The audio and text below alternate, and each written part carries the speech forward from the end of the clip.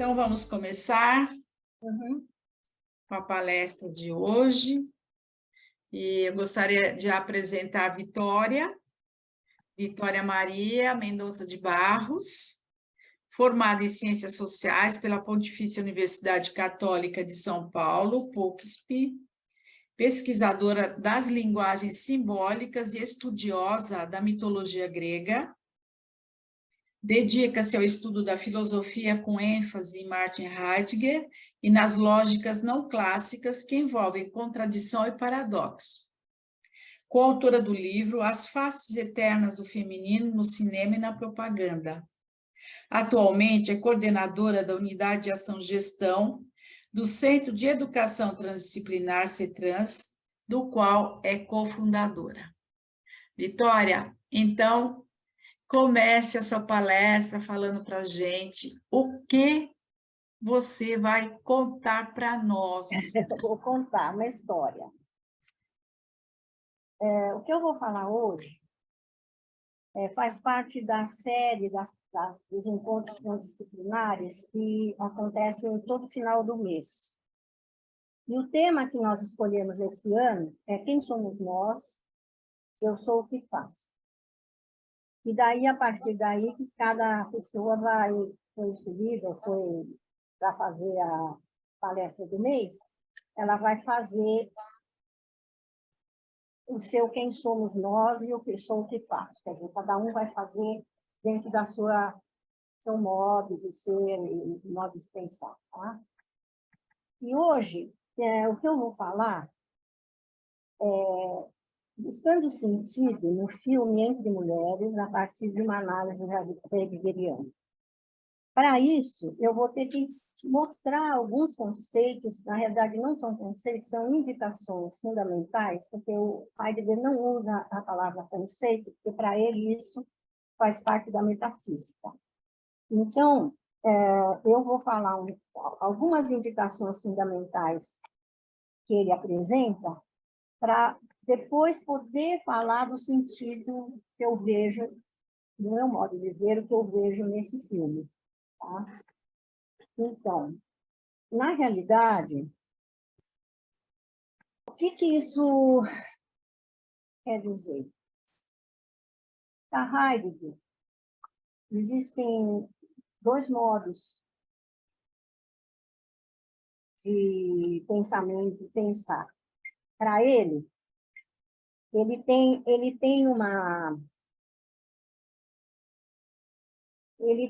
uma maneira de pensar o pensar diferente de pensamento. Para ele, pensamento é uma coisa e pensar é outra. Então, o que seria o pensamento? É essa faculdade que a gente tem que se usa desde Platão. Nesse pensamento, tipo, desde Platão, que a metafísica veio construindo a partir de Platão até hoje, nós temos o quê? Representações, categorias e conceitos. Outra coisa que o pensamento usa desde Platão e Aristóteles é a lógica formal dos 3 axiomas que o Aristóteles criou, que é a identidade, que é sapato é um sapato, por exemplo, a não contradição, um sapato não é um chinelo, e o terceiro excluído, um sapato não pode ser um chinelo. Isso seria o pensamento que pensa através da lógica formal. Além disso, esse tipo de pensamento, ele usa a predicação, sempre. Ou seja, ele faz comparações e faz conclusões a partir do primeiro axioma. Tá? E a pergunta do pensamento é sempre o que é e como é. A ciência faz esse tipo de pensamento. Ela usa esse tipo de pensamento para fazer suas teorias. O pensar de Heidegger é diferente. Para ele, o pensar está sempre buscando e conservando o sentido das coisas. não tem predicação, não existem conceitos, mas indicações fundamentais, porque elas podem mudar e elas se abrem para o que vier. Não tem uma coisa fixa, a priori, que você coloca a sua teoria dentro desse pensamento formal. E a pergunta que ele faz sempre é: para quê? Para quem? Onde e por quê? Então, a gente já pode de saída ver que existe uma diferença muito grande de natureza entre o pensar e o pensamento. Tá? E o que a transdisciplinaridade faz é o pensar, não é o pensamento. Tá?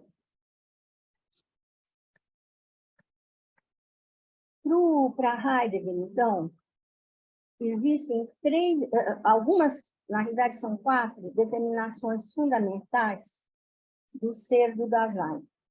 O que é o Dasein? O Dasein é um ente que sabe que existe, que tem, sabe que existe, sabe que é finito, e, portanto, ele está sempre procurando o sentido das coisas. E as determinações fundamentais desse ser, que não é o homem, ser humano, na realidade, é a abertura, em geral, para as coisas, a facticidade, ou seja, as coisas, a existência, existem fatos e você não pode mudar. Por quê? Por exemplo, você é vegetado numa determinada época, num determinado lugar, numa determinada família. Então, isso aí significa que você tem uma privação, porque a facticidade ela é uma coisa real, né? Ela existe, ela está sempre privando você de alguma coisa. A existencialidade, o que significa isso? No caso da existencialidade, é um excesso, ou seja, o ser aberto, ele é aberto para o seu poder ser, ou seja, existem as possibilidades que você tem, ou que você enxerga, ou que você projeta, e você, então, consegue agir no mundo. Né? E a decadência? A decadência, para ele, é você estar perdido em seu mundo. Ou seja, você fica perdido no seu próprio mundo, esquece o mundo ao redor, e geralmente isso se dá pelo falatório, pela curiosidade e pela ambiguidade. Esse ser decadente que nós todos somos é o ser na cotidianidade. Então, na cotidianidade, no dia a dia, a gente está sempre decaindo, a gente está sempre perdido no seu próprio mundo. Né? Esses modos de ser aí que eu mostrei, 4, eles se articulam pela preocupação, pelo cuidado, solicitude. É preocupação não no sentido de você estar preocupado com alguma coisa que está acontecendo, mas é uma preocupação que você está sempre atento às coisas que estão te ocorrendo, você cuida e você é solícito com elas. Tá? Então, esses Sorge e Fürsorge são as palavras alemãs para preocupação.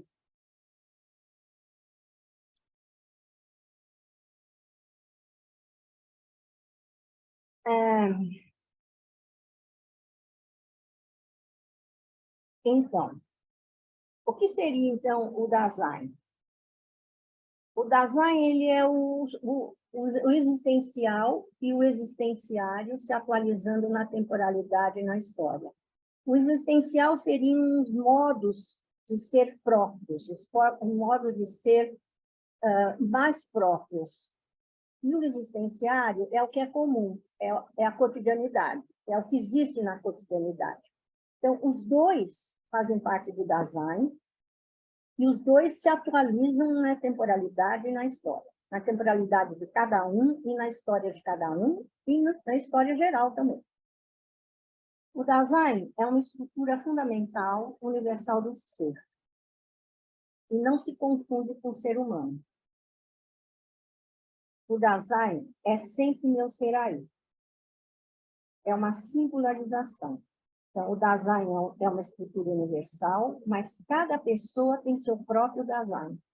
Ele tem sempre um ser aí, e isso significa que ele é algo singular. Você é sempre algo singular. Então, nós somos os mesmos, mas nós somos diferentes.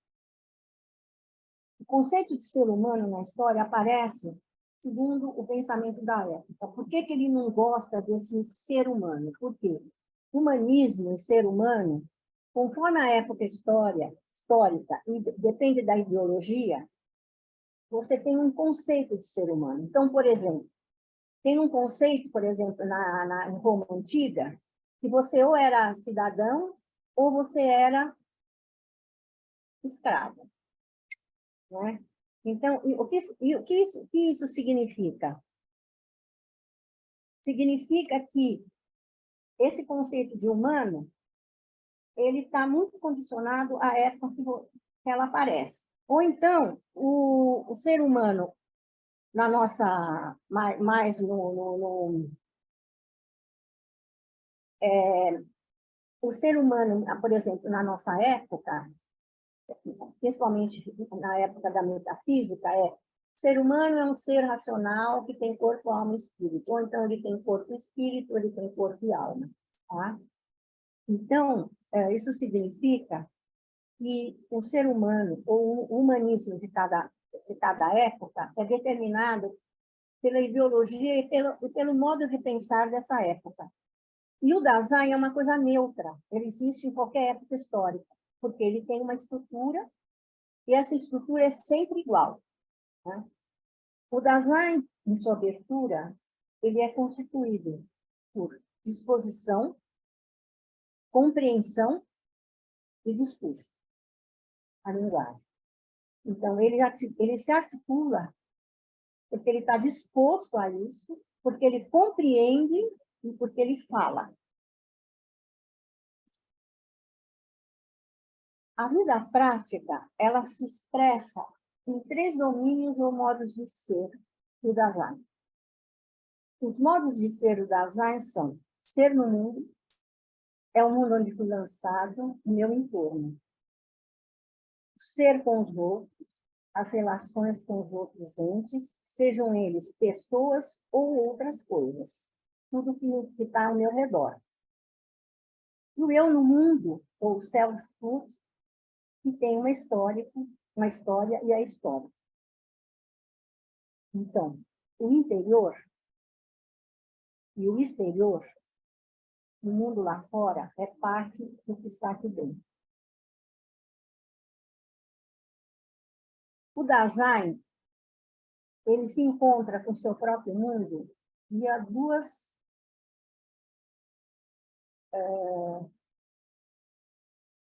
modos, vamos dizer assim.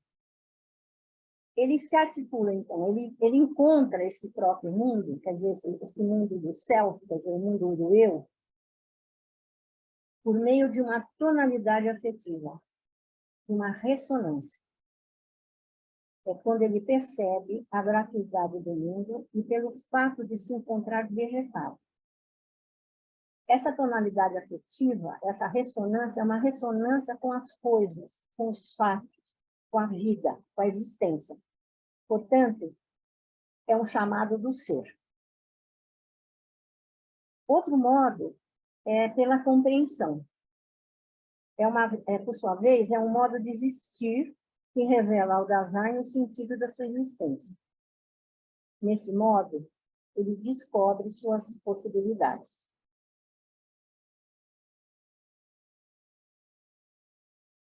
E como é que a gente poderia chamar, como é que a gente poderia falar um pouco sobre a verdade? O que é a verdade nesse conceito, nessa estrutura do Dasein? Como que ela aparece? Em Heidegger, ela aparece como aletheia, ou seja, aletheia quer dizer desvelamento, desencobrimento na temporalidade e na história. Esse modo de viver a verdade é o modo mais originário. Na metafísica, a verdade aparece como correspondência ou como coerência, ou seja, uma coisa é porque ela corresponde a ela mesma. Está sempre representada, ela não é aquilo que é. Para Heidegger, as coisas são o que são, e elas devem ser deixadas como são, para você poder compreendê-las. Na metafísica, a verdade ela aparece como correspondência. Então, se corresponde a alguma coisa, é verdade. Ou se tem uma coerência, é verdade. Tá? Não isso é um modo derivado. Por quê? O caráter derivado, ele vem da aletheia, ele vem desse desvelamento. O desvelamento está em primeiro lugar, ele é primordial. Depois é que vem a correspondência. Então, ela tem um caráter derivado. Existem algumas formas de percepção que o ser tem, são caminhos para você compreender o ser. O nous, que é pura apreensão. A sofia, que é pura compreensão. A episteme, que é o conhecimento. A frênesis, que são as sensações, os insights práticos. A tecne, através da tecnologia, que é um modo de você desencobrir as entidades no seu ser. Porque cada vez que você faz algo técnico, você desencobre aquilo que aquilo é. Por incrível que pareça, né? A tecnologia, em sua origem, ela é um modo de desencobrir as coisas. E a fenomenologia é você deixar as coisas se mostrarem como são, sem representá-las. Nesse modo de percepção, da fenomenologia, a pessoa está incluída no conhecimento. Ela está incluída, ela faz parte do conhecimento. Ela não é algo que está fora do conhecimento.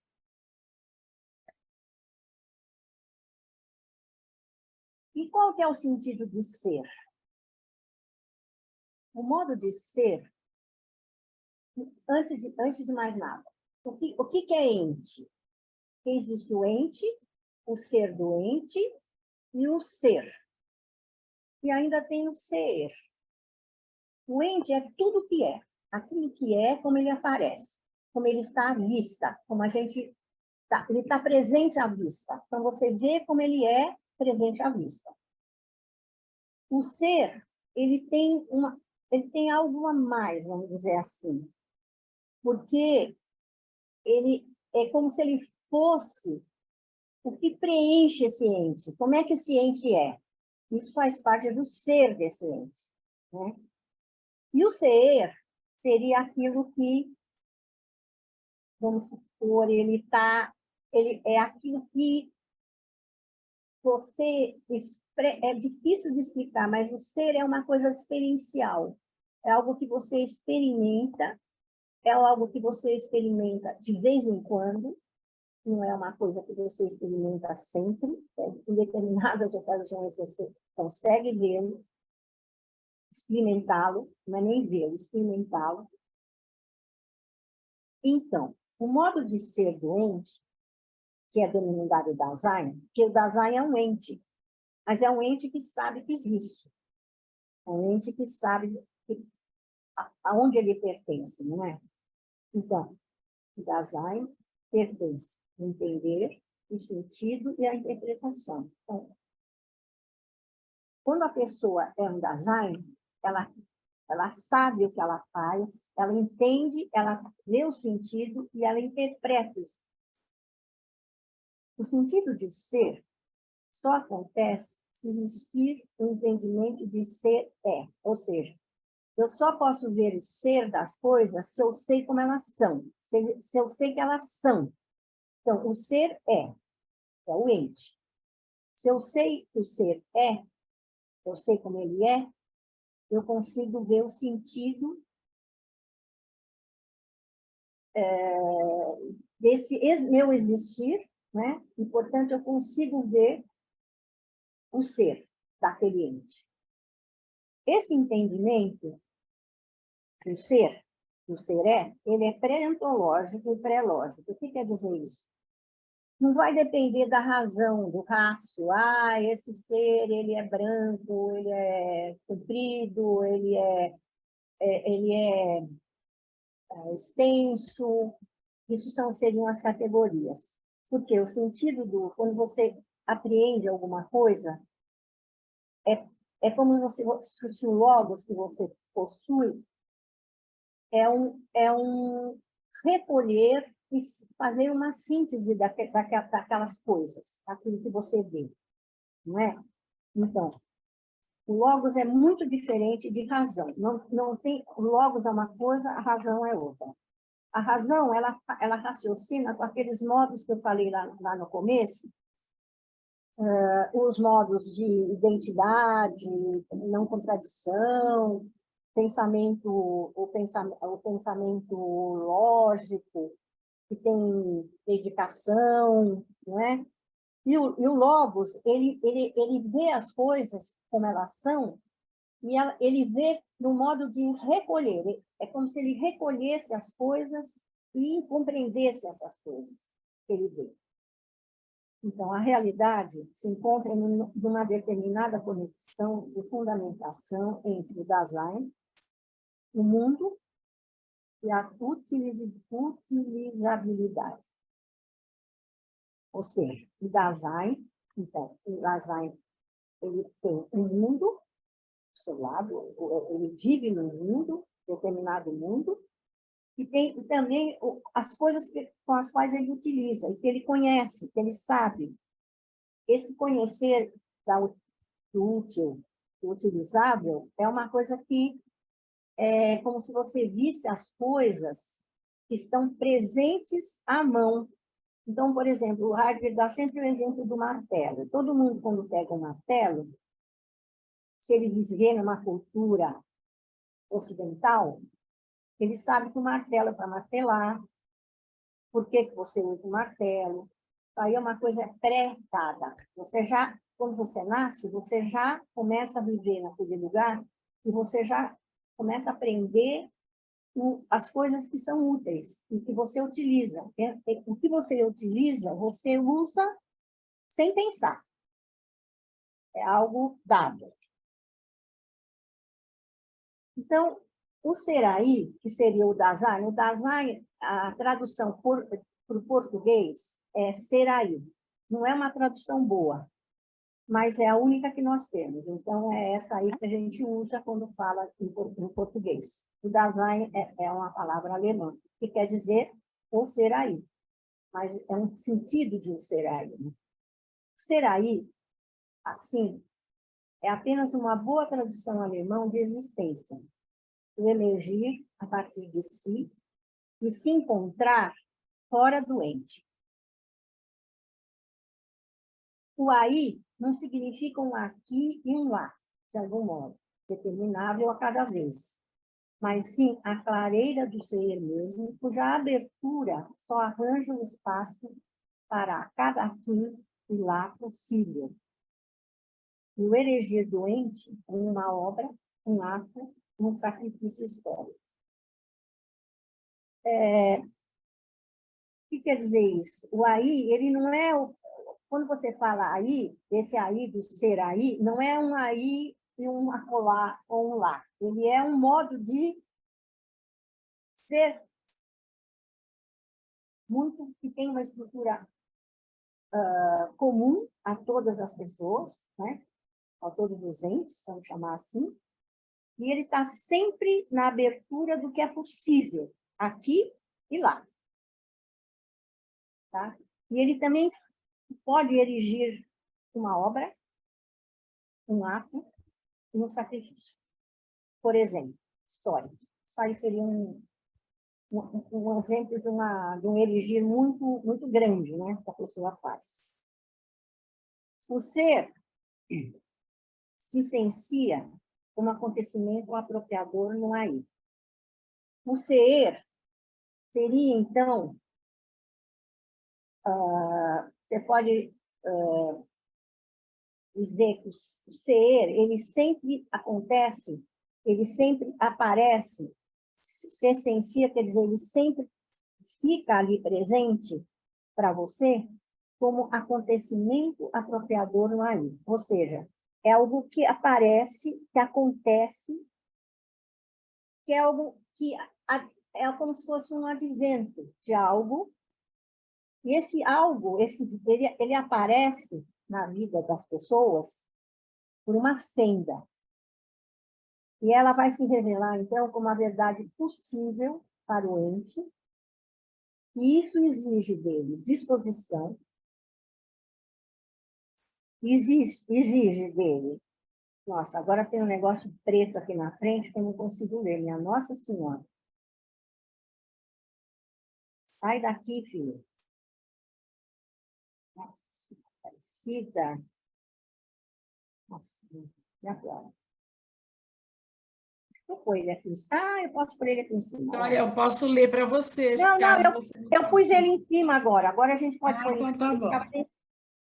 Então, esse ser, então, ele vai se essenciar como acontecimento apropriador no aí, e ele sempre vem por uma fenda, ele se revela como a verdade possível para o ente naquele momento, e isso exige a disposição e a tonalidade afetiva fundamental.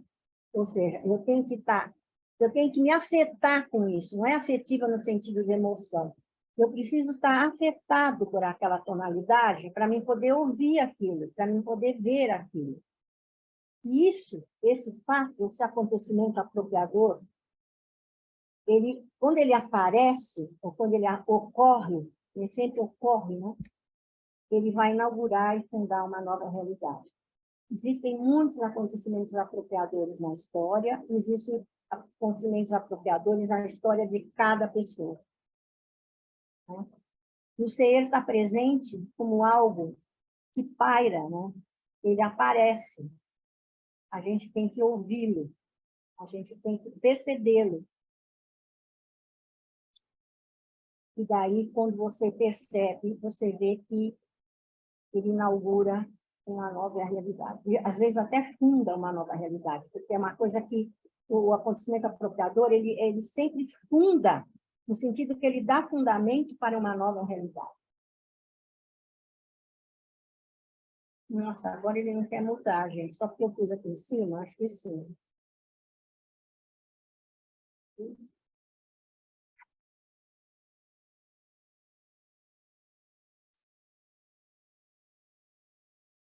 Ai, você acredita que travou? No mato.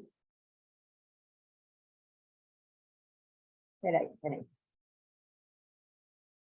Bom, quando acontece, então, quando esse acontecimento apropriador ocorre, aparece na vida de alguém, ou na história de algum país, na história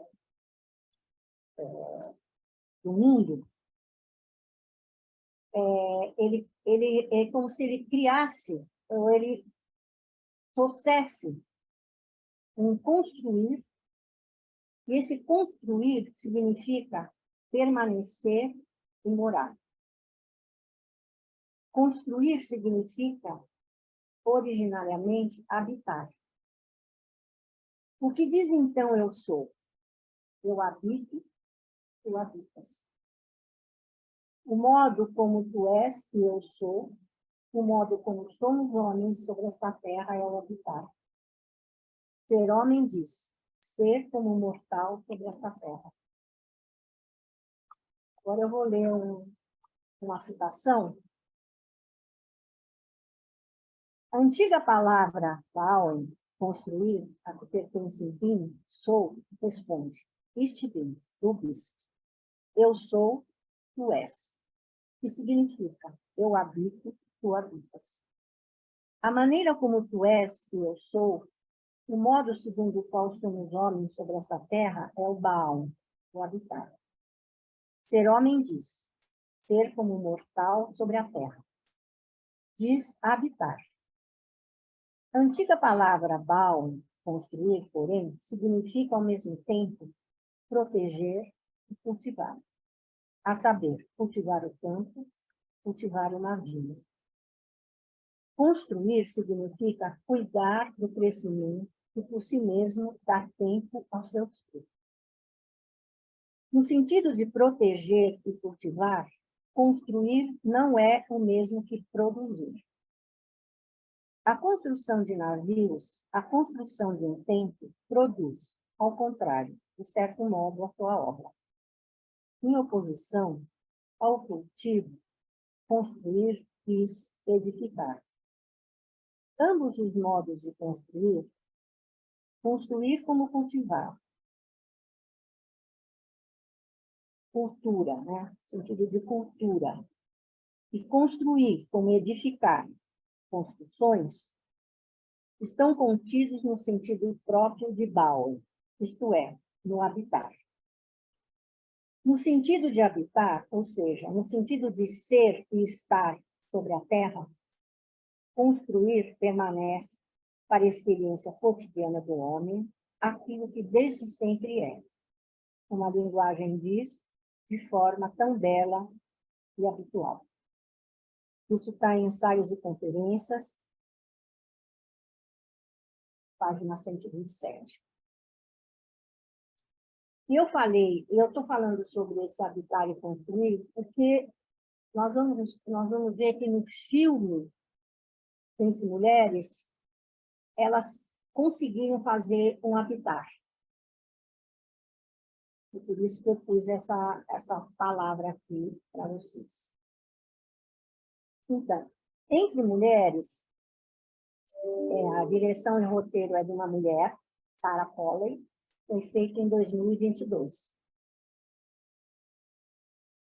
Esse filme, Entre Mulheres, mostra questões complexas do universo feminino de maneira contundente e, ainda assim, com respeito, cuidado e delicadeza.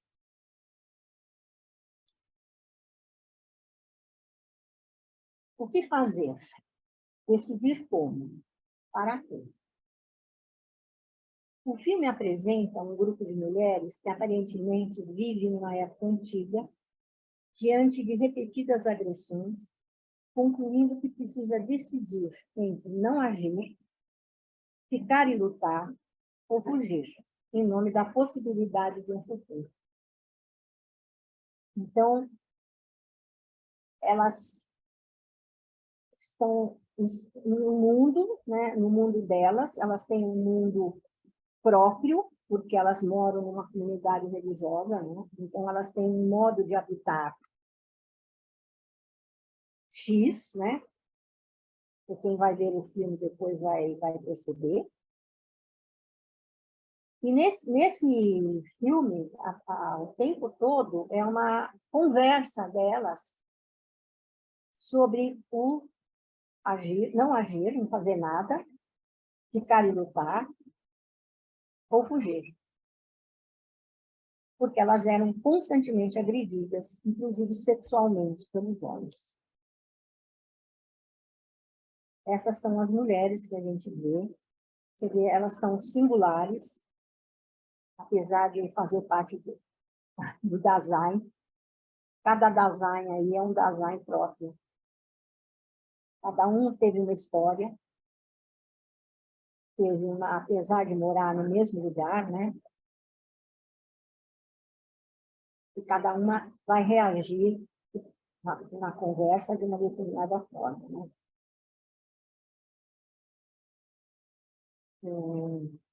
Aqui é outra cena do filme, quando elas estão pensando para decidir o que elas vão fazer. Então, para mim, esse filme é um filme que mostra não só o habitar, o morar, na realidade elas moravam e vão passar a habitar, na realidade. Então, a moradia delas era uma moradia onde elas eram constantemente agredidas, né? E elas vinham conversar e votar o que elas iriam fazer da vida no grupo. Tá? E elas vão ter que tomar uma decisão. E para o Heidegger, a decisão é algo que faz parte do Dasein próprio. O que quer dizer isso? É um Dasein onde a pessoa tem uma propriedade, ou seja, ela tem uma apropriação de si mesma. E por isso ela pode decidir. Então, para chegar num consenso, todas as mulheres, mesmo analfabetas, porque elas não sabem ler, elas não podem aprender a ler nesse lugar, votam pela primeira vez e travam um empate entre ficar e lutar ou fugir. O que acaba sendo decidido por duas famílias numa longa discussão e conversa, mas que desperta múltiplos questionamentos sobre ser mulher diante da violência masculina. Aí eu pergunto, uma citação do Heidegger, por que decisões precisam ser tomadas? O que é isso, decisão? A decisão é sempre uma cisão, né? A forma é a forma necessária de realização da liberdade.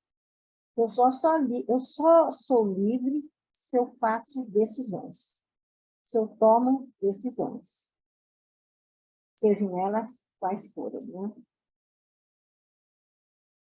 E na decisão, para você decidir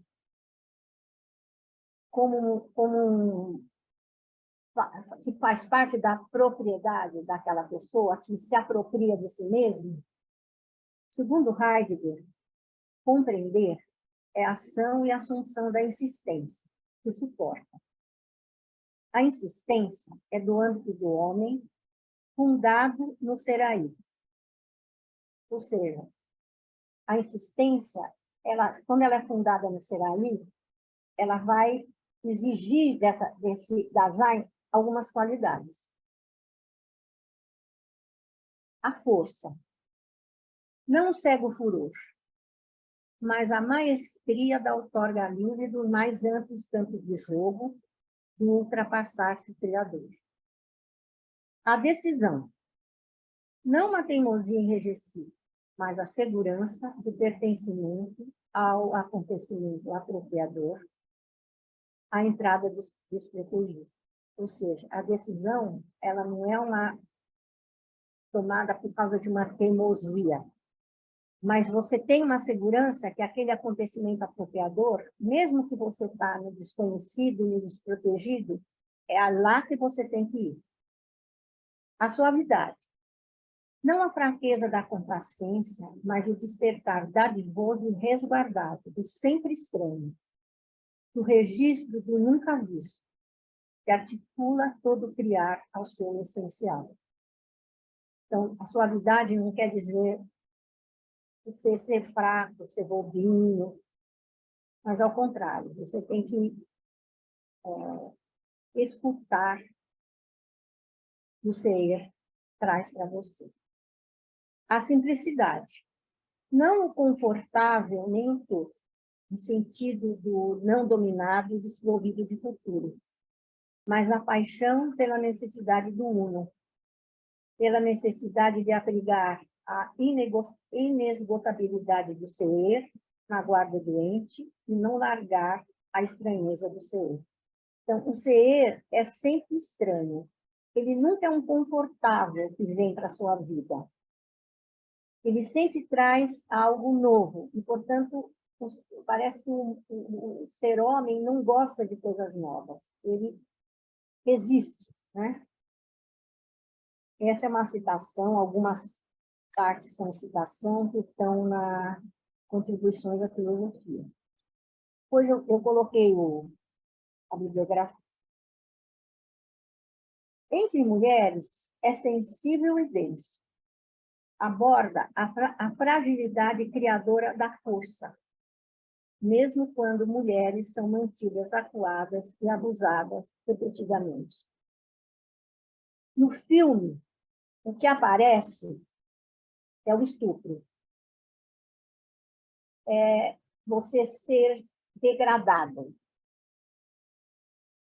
Mas o que se mostra, na realidade, é a fragilidade criadora da força. Ou seja, de repente, algo acontece e elas podem decidir. E essa decisão traz algumas perguntas que são bem caras a Heidegger, né? Onde? Como decidir? Para onde vamos depois de decidir? O que faz sentido a gente fazer? Essas perguntas, elas fazem um diálogo que é muito lindo. Esse filme é uma conversa entre mulheres, mas com muito sentido as palavras e o diálogo que elas têm entre elas. Então, quem busca, elas buscavam algo, né? Depois da decisão, elas têm que encontrar uma saída, já que elas decidiram ir embora. Quem busca, já encontrou. E o buscar originário é aquela apreensão do já encontrado, a saber, do que se encobre como tal, enquanto tal. Por isso, a descoberta originária do abrigo originário é velada precisamente como buscar enquanto tal. Honrar o mais digno de questão, persistir no questionar, insistência. Então, elas insistiram, buscaram, encontraram uma saída. Por quê? A vida é um projeto aberto. Ele é sempre um projeto aberto, mesmo que a gente não perceba. E esse projeto aberto, onde ele ocorre? Ele ocorre na temporalidade. Ou seja, nós, casais que somos, vivemos na temporalidade. Nós temos passado, presente e futuro. Nós nascemos e morremos. Então, nós estamos o tempo todo na temporalidade. Nós envelhecemos, nós nascemos, nós somos educados, crescemos, temos a nossa vida, envelhecemos, e aí vai. E o que é o presente? O presente é o agora, os agoras que provêm do passado. O passado é a proveniência, da onde eu vim, o sendo sido, cujo conhecimento é usado para construirmos e atualizarmos o futuro. O futuro não é um agora que ainda não se tornou e que só depois virá a ser, mas um adveniente, ou seja, o poder ser mais próximo, projeto aberto para as possibilidades, a futuridade. Então, nós sempre vivemos presente, passado e futuro ao mesmo tempo. Não tem primeiro presente, não, primeiro passado, daí linearmente, depois vem o presente, depois linearmente vem o que virá. Nós vivemos no presente, no passado e no futuro. Esses três modos, eles são uma coisa só. É a nossa vida.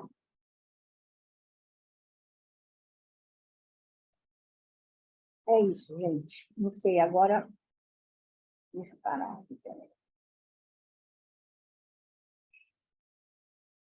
Não sei se eu fui clara, se explicar alguma coisa.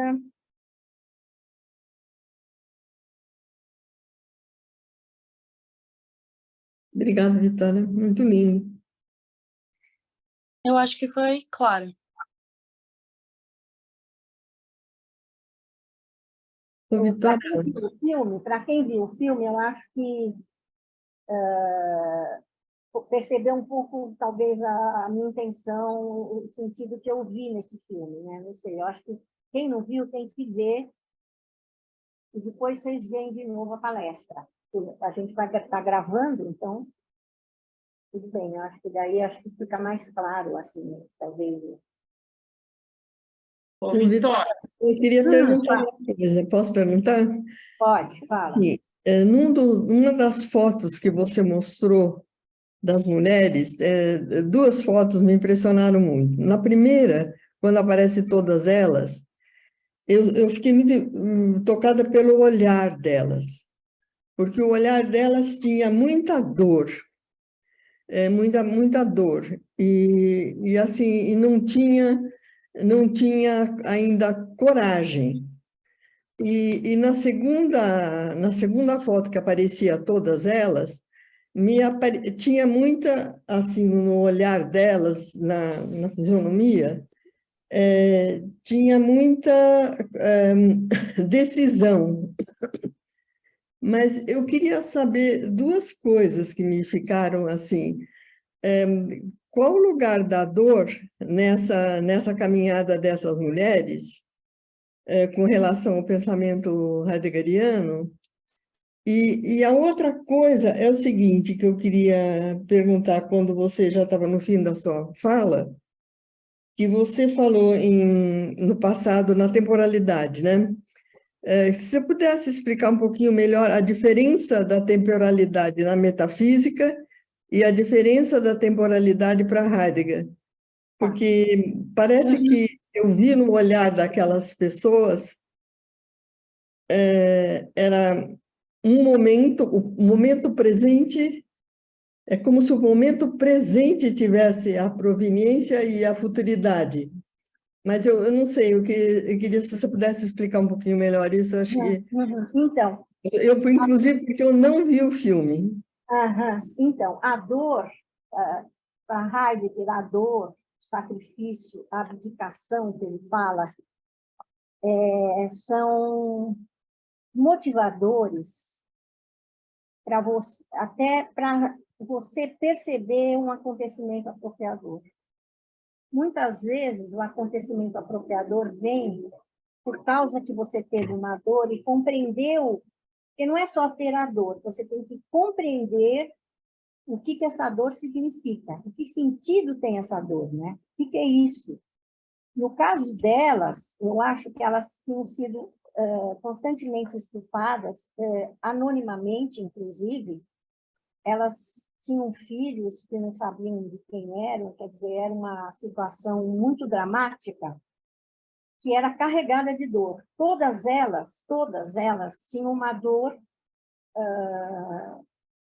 escondida e, ao mesmo tempo, que elas não podiam falar. Elas eram, inclusive, proibidas de falar. Elas só conseguem falar porque eles são obrigados a sair da comunidade para fazer algo. Todos saem, elas ficam só elas. Então, elas conseguem conversar, coisas que elas não conseguiam conversar. E a dor era comum. E o que preocupava elas bastante era exatamente a nova geração. Tinha uma delas que estava grávida e outras que tinham filhos. E elas diziam, com as minhas filhas não vai acontecer isso. Nós vamos lutar porque elas têm que aprender a ler e elas têm que ter um lugar onde elas possam morar, habitar. Lá elas moravam, elas queriam habitar, ou seja, serem donos de si mesmas, que elas não eram. Então, a dor, eu acho, que é um caminho, é um chamado, talvez, para você perceber aonde você está, o que está acontecendo. Muitas vezes é através da dor, do sofrimento, do sacrifício, da abdicação. É assim que você vai. Não sei se eu respondi, Maria. Agora, a respeito da temporalidade, na Obrigada. metafísica, a temporalidade é assim, é o passado, é o presente e é o futuro. Tudo isso acontece numa linha única, é como se fosse algo linear, que acontece um após o outro. Então, primeiro vem o passado, tem o agora, e o futuro é algo que vai acontecer, que eu não sei o que vai ser. Tá? Isso é como a metafísica vê a temporalidade da pessoa. Agora, no caso do Heidegger, para ele, passado, presente e futuro é uma coisa só, acontece sempre. Você está sempre atualizando isso.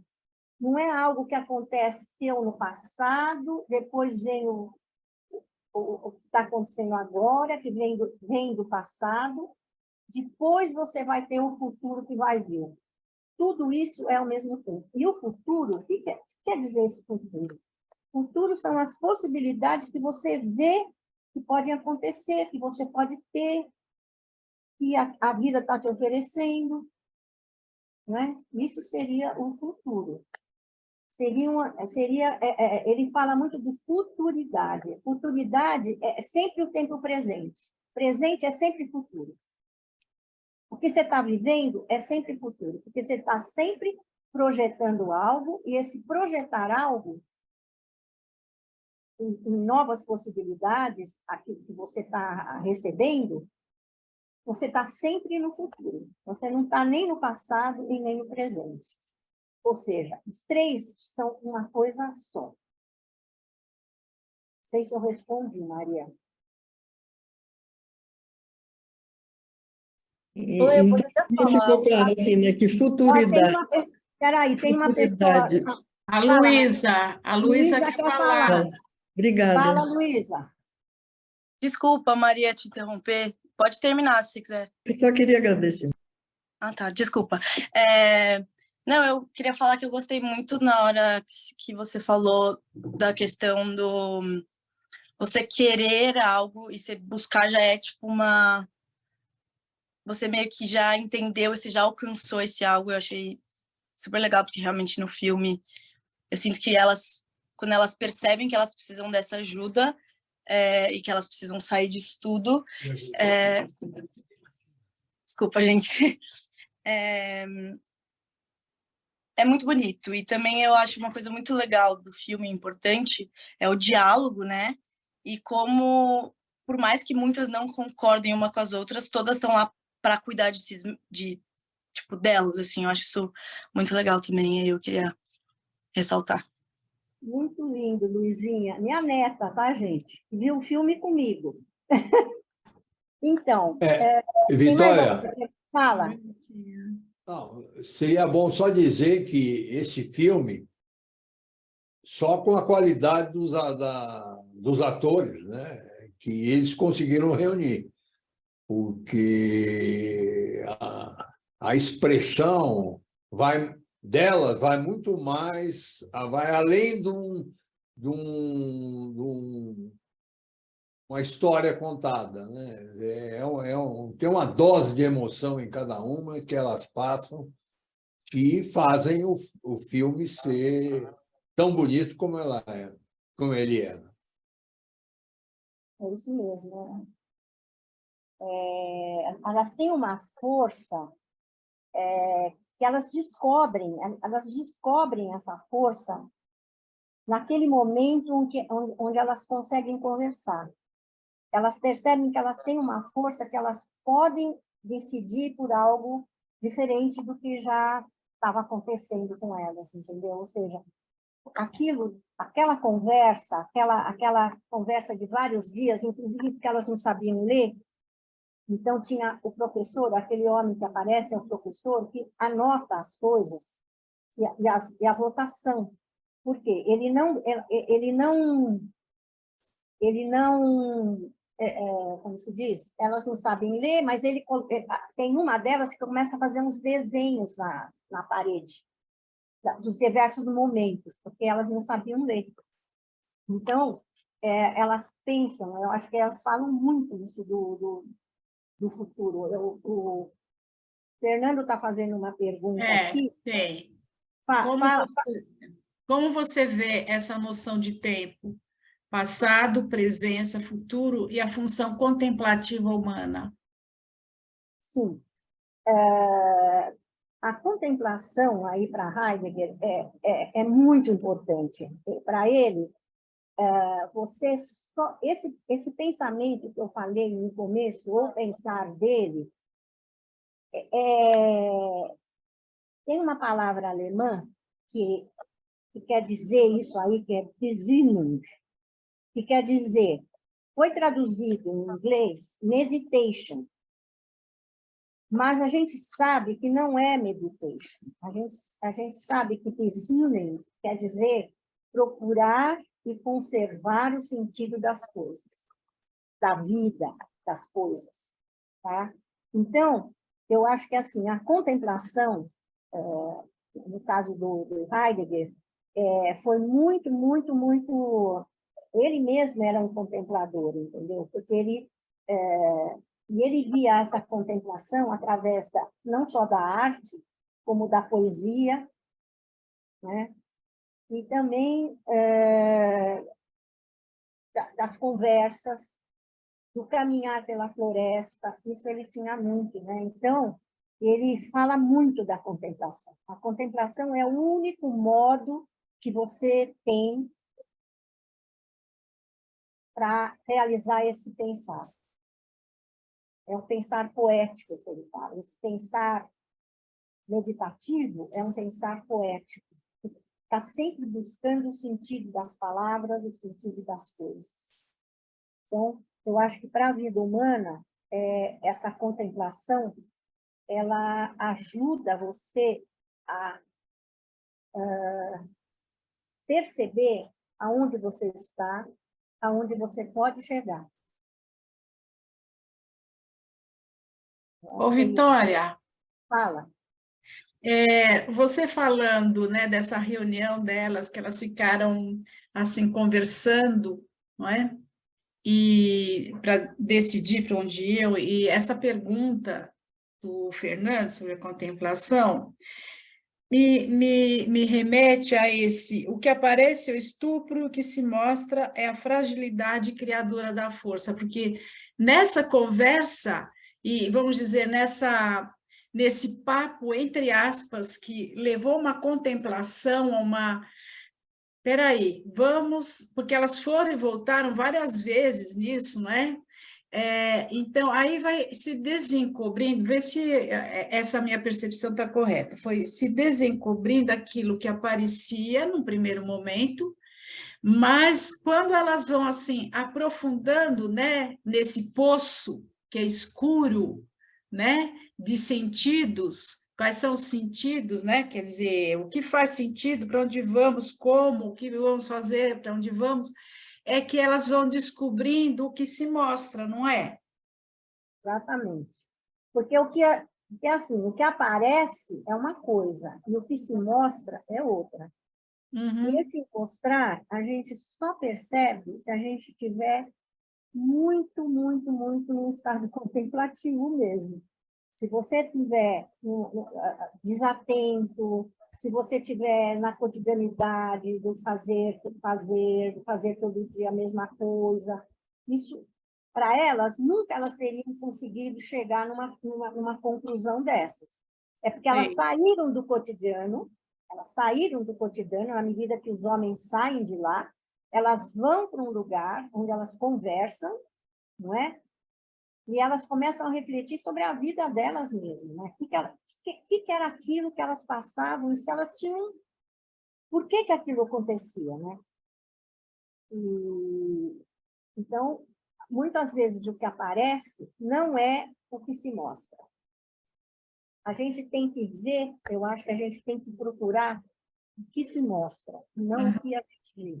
Isso, que está lá no Às vezes poço, o que né? aparece é uma coisa e o que se mostra é bem diferente. O Fernando está falando que tem necessidade da liberação pelo rosto da figura dele, mas eu acho que não. Acho que é do computador dele isso. É? Eu acho. Acho que sim. Porque todos nós estamos, só você que está como host e o restante não está aparecendo. Ninguém. Viu, Fernando? Uhum. Então, mais alguém tem alguma pergunta, alguma consideração? Quer falar alguma coisa? Carolina, quer falar? Oi, Vitória. Eu gostaria, Juarez. Fala, Juarez. Querida, muito obrigado por tua gentileza em apresentar este assunto e dessa maneira como você traz assunto tão profundo e, ao mesmo tempo, de um jeito tão suave e gostoso. Muito obrigado por isso, viu? Mas isso você me faz refletir com sua fala sobre essa relação de futuridade, né, que Heidegger apresenta, em 3 momentos. O primeiro momento é que parece que a força que essas mulheres encontraram para tentar resolver essa situação foi a dor delas. Então, é uma dor no presente, mas que reúne experiências do passado delas. E, ao mesmo tempo, parece haver uma força extra, que é um propósito, para que gerações futuras não passem pelo que elas passaram. Esse conceito de futuridade fica presentificado nessa analogia com esses 3 momentos, aos teus olhos? Não entendi a pergunta. Repete, por favor. Sim, querida. Parece que tem 3 momentos no filme que, conforme você conta, que a gente encontra a relação de futuridade, né? O conceito de futuridade de Heidegger, né? Isso. Tá? Primeiro Sei. momento é de onde elas retiram forças para buscar uma solução para um problema que existe na vida presente delas. Essa força é a dor delas mesmas. Uma dor que se reúne no presente, mas é fruto do passado. E há uma relação de futuro quando elas pensam nas gerações futuras, não é? Sim. Mas Sim. me parece que o tempo presente tem uma força maior do que a força do futuro e a força do passado. Porque essas mulheres, na tentativa de fuga ou do que quer que elas venham a fazer, elas podem morrer antes de realizar aquilo que elas pretendem, que é a libertação da geração futura. E essa força está para além das consequências, não é isso mesmo? Exatamente. Então, nessa relação do conceito de futuridade, parece existir um momento em que a força maior ela predomina. Não é a mesma força nos 3 estados, não é? Sim. Então, olha, eu vejo assim, os 3 momentos, eles se condensam. Por quê? As coisas que vêm do passado, a gente faz uma releitura delas o tempo todo. Existe uma atualização da narrativa do passado. Então, esse passado, ele é sempre presente. Por quê? Porque você faz uma atualização dessa sua narrativa passada o tempo inteiro. Então, é sempre presente. Mas, ao mesmo tempo, esse presente que você tem, que já veio, tem uma proveniência, veio de algum lugar, ao mesmo tempo, ele está dirigido para o futuro, porque você tem planos. Você toma uma decisão e essa decisão só é tomada em relação àquilo que você realmente acredita que seja melhor. Mesmo que elas inclusive falam, eu sei que nós podemos morrer, mas em nome das minhas filhas, do meu filho, da minha filha, eu preciso sair daqui. Ao mesmo tempo, tem uma outra coisa que acontece, que é muito interessante, que uma delas, que é apaixonada pelo professor, ele quer vir com ela. Ela fala para ele, não, você tem que ficar para educar os meninos, para eles mudarem o seu comportamento. Então, a futuridade é essa, entendeu? Elas estavam vendo algo que podia acontecer e que era bom. Que se acontecesse, era bom. Mas mesmo que elas morressem, porque elas não sabiam para onde elas iam. Elas falavam, olha, para onde nós vamos? Não sabemos. Como vai ser a nossa casa, nosso próximo lugar? Não sei, mas é melhor do que aqui. Então, eu acho que, na realidade, a pessoa tem uma história onde o passado e o presente e o futuro estão estão juntos. Na hora que você pensa naquilo, você veio de algum lugar, você vai para outro, mas você está ali. Então, é uma coisa só. Eu acho que tem uma junção aí, uma conjuntação que ele fala. Uma conjuntação, que é uma coisa ativa, não é uma coisa dinâmica, não é uma coisa que para no tempo. Está sempre caminhando. Fala, Vinhas. Então, essa experiência acontece no campo das constelações. Uhum. Quando no campo da constelação você constata uma arquitetura interior da pessoa, a maneira como aquela pessoa, por conta da sua história, né, desorganizou a arquitetura arquetípica, e no campo das constelações, né, naquele campo especial onde passado, presente e futuro se fundem, e a pessoa se permite uma reorganização arquitetônica das suas figuras interiores, é muito incrível, porque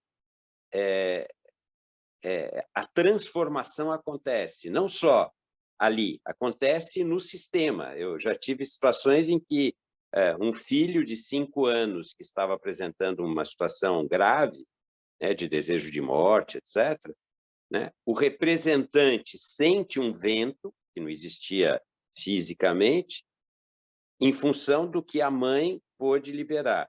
E ele, no dia seguinte, fala: mãe, tudo passou, eu estou ótimo. Né? Então, é interessante isso que você está trazendo de forma explicativa e teórica, né, na concepção de Heidegger, como isso assim, se verifica, né, em determinados momentos terapêuticos. Né? É muito legal. É muito legal. Muito obrigado, viu? Muito obrigado.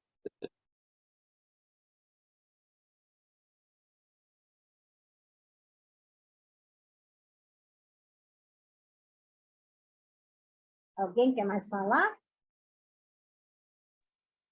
Eu queria tentar fazer uma analogia para a minha realidade da psicanálise. Seria como se fosse uma catarse coletiva, assim. Todas elas tiveram um momento de libertação, assim, que todas elas chegaram a uma conclusão que não dava mais. E você poderia fazer essa associação? Então, o acontecimento apropriador, que eu falei que aconteceu mesmo naqueles momentos ali da decisão, o que significa apropriação? Significa que elas, que antes não eram nada, porque elas eram objeto das outras pessoas, elas passam a ser alguém. No si delas começam a ficar presente, que não tinha. Tinha um mundo, tinha ao redor do mundo, tinha um mundo com os outros, mas o si mesmo não existia, porque elas eram obrigadas a fazer coisas que elas não gostavam. Elas não tinham um si mesmo presente. Talvez latente, mas não presente. E começa a aparecer isso. Então, eu não acho que é tanto uma catarse, mas eu acho que é uma compreensão do que estava acontecendo com elas. Eu acho que essa compreensão que ele fala, e a tonalidade afetiva que ele fala, o que é uma tonalidade afetiva? É você, quando você está, principalmente quando você está num grupo, você começa a meio que elas começam a ter ressonância entre elas. A partir da conversa que elas tiveram, uma conversa longa, de muitos dias, elas começam a ter uma ressonância entre elas. Elas começam a pensar nelas como pessoas. E também elas passam a compreender o que estava acontecendo, o que era aquilo, o que era aquele estupro sem identificação. Ou seja, elas eram um objeto puro e simples, elas percebem isso. eu acho que nesse momento elas conseguem fazer uma mudança, entendeu? A mudança vem por esse novo momento que parece que acontece, que é sempre um acontecer. Não é uma coisa que vem de cima, uma coisa que vem, sei lá de onde, é a própria existência, né? Delas que estava muito ruim. Mas a compreensão e essa ressonância, essa tonalidade afetiva, ou seja, o que me afeta, né? O que me afeta? É afetiva no sentido do que me afeta, não do que eu estou emocionada, não é emoção, é fora da emoção isso. Não sei se eu respondi. Entendi. Respondeu. Entendi. Obrigada por me convidar, eu adorei. Eu nem... Esse conceito de dicing, eu de verdade não sabia. Depois eu vou querer mais explicações. Então, bom.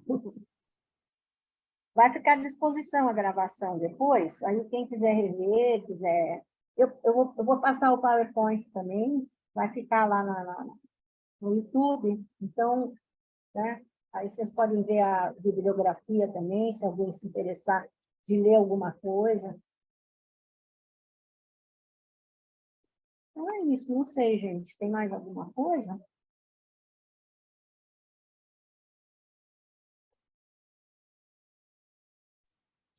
Vitória, deixa eu só te pedir um reforço, na realidade. Eu tenho trabalhado muito a questão do tempo como uma unidade movente, né, digamos assim. Então, acaba ocorrendo, digamos, uma separação entre o passado, né, algo que já foi, que você pode revisitar, deve revisitar, o presente, né, que é a dádiva, né? É o presente, aquilo que está no teu momento, é onde você pode agir, você pode funcionar, você pode acontecer, fazer a criação das coisas, como no próprio filme, né? Que elas tiveram um insight e elas estão agindo no presente, no momento. E o futuro, que é um rol de possibilidades, digamos assim, né? Então, dentro dessa visão, quando você colocou essa forma de ver, mexeu um pouco com a minha cabeça. Você pode reforçar um pouquinho essa visão da questão da temporalidade, Então, essa coisa toda? a temporalidade para ele, para Heidegger, não é uma linha reta, não é uma linha sucessória, uma coisa sucede à outra. Existem momentos que o passado entra no presente, que o presente vai para o passado, que vai para o futuro. É como se fosse uma coisa só. A vida, a existência, ela tem uma dinâmica. Essa dinâmica é uma dinâmica que, mesmo que você revisite, faça uma nova narrativa do seu passado, é sempre em relação ao seu futuro, ao que você quer que aconteça, ou que você vê que pode acontecer. O construto Então, do possível. O homem, mesmo que ele esteja agindo no presente, ele tá tendo em vista o que ele pode atingir. O que está para frente. É como se fosse, ele fala que o Dasein está sempre à frente, ele está sempre à sua frente. Ele não está atrás de você. Você sempre está para frente, entendeu? O Dasein está para frente de você. A gente chama de adveniente, né? Então, vem antes, vem lá como se fosse um advento mesmo. Você está esperando. Sim, e fazendo o construto daquilo. Ok, obrigado.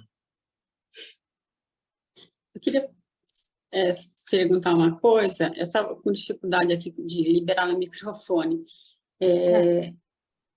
A gente poderia considerar que, nesse acontecimento apropriador, ele afetou o design do grupo, né? Como se fosse o design do grupo e o design individuais, né?